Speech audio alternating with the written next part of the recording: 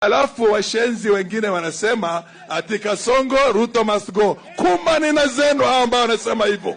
Kwani amekaa kwa kiti ya mama yako ama baba yako?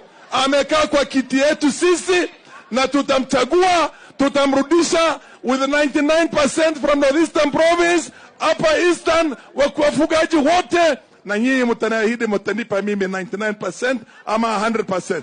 Mtanipa ngapi? Mtanipa ngapi? Mheshimiwa Rais, nataka usikie hii. Initiate programs katika constituency yangu. Ladies and gentlemen, that is a friend of William Samoei Ruto. Farah Maalim is known to talk anyhow. Farah Maalim is the person who the other day told William Samoei Ruto that he should have crushed the Gen Z and destroyed them completely. Farah is an elder of Golden Heart.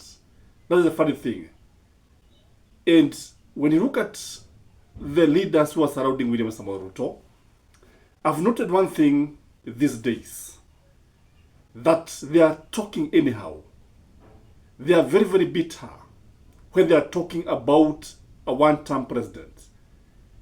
If you look at the video, if you look at the photo that I've put on as a thumbnail of this video, you realize that if you look at William Samoei Ruto's face, you see that he is a disturbed person. The body language tells you that he is disturbed. And even Kidiki, when you look at him, when they are talking, you realize that they are disturbed. The big question here I would like us to discuss is, why are leaders who support William Samoei Ruto talking like this? Because the other day we saw Kipchumba akizungumza yale ambayo alisema, tukaona vile vile Sudi saying that he wished he was given the interior CS, and saying that William Samoei Ruto was not going anywhere. We also saw the Barigo member of parliament also talking about William Samoei Ruto ruling for 24 years.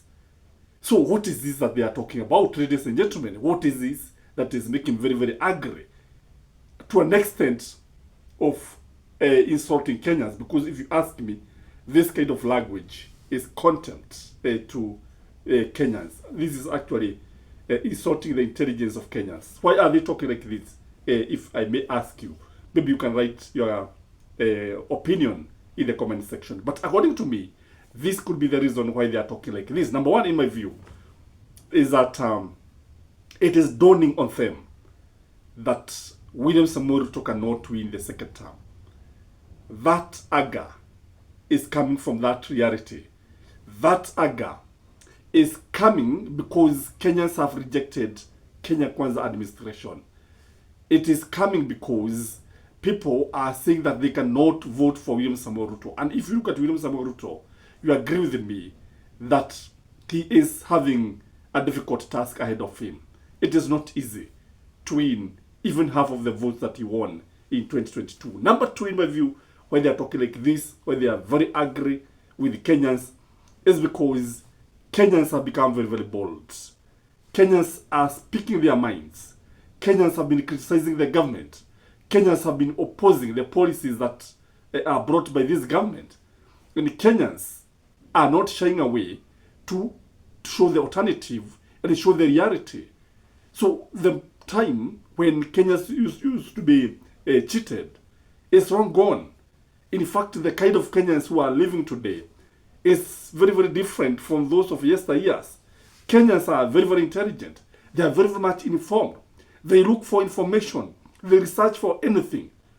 So these guys are helpless when it comes now to trying to joke or to play with the minds of Kenyans.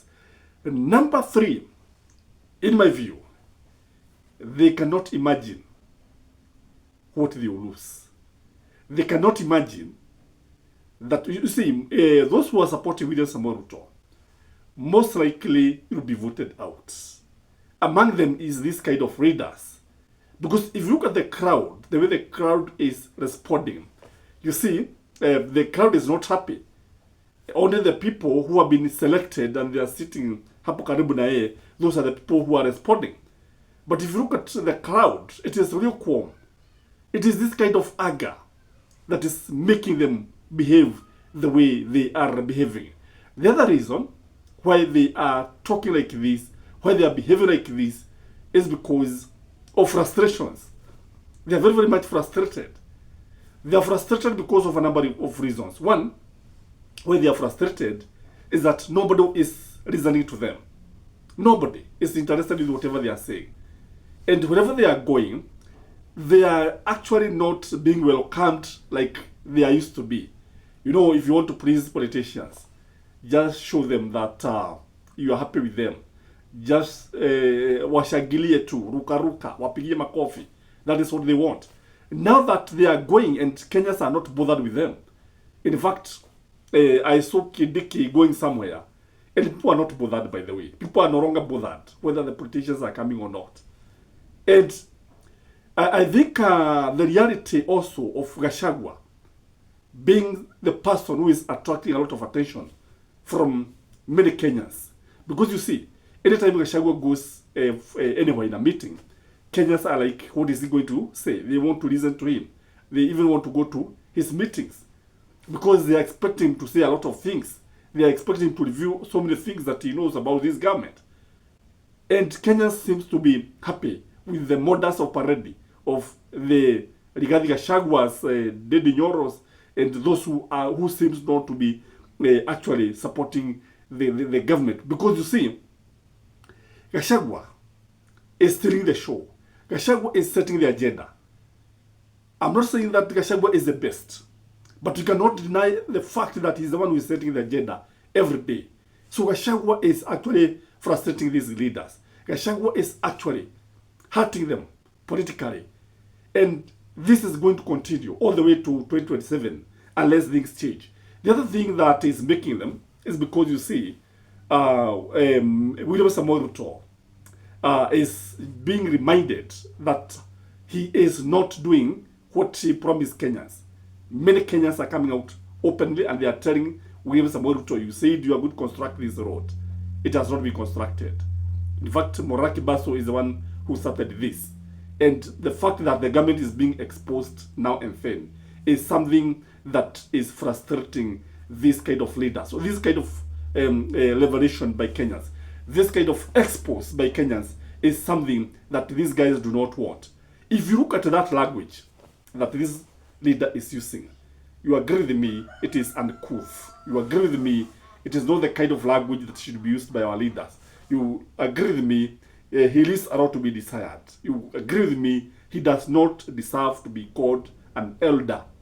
Watch a yoni, elder of a golden heart. Even the term elder, he does not deserve. Because that is sinking too low, if you ask me. And it should not happen in modern day Kenya, where Kenyans have gone to school, where people should mind the kind of language that they use, especially when talking to their employers. Remember, we are their employers, because this is disrespecting the voters from all angles. What do you think, ladies and gentlemen? Your language, after the tone itself, it is going to telling you that this person is very, very much frustrated, and this person is almost actually in a state of helplessness. So guys, that is my take as usual. That is my opinion. I don't know what you think, but let me know what you think from where you are. Have a nice weekend. Bye-bye.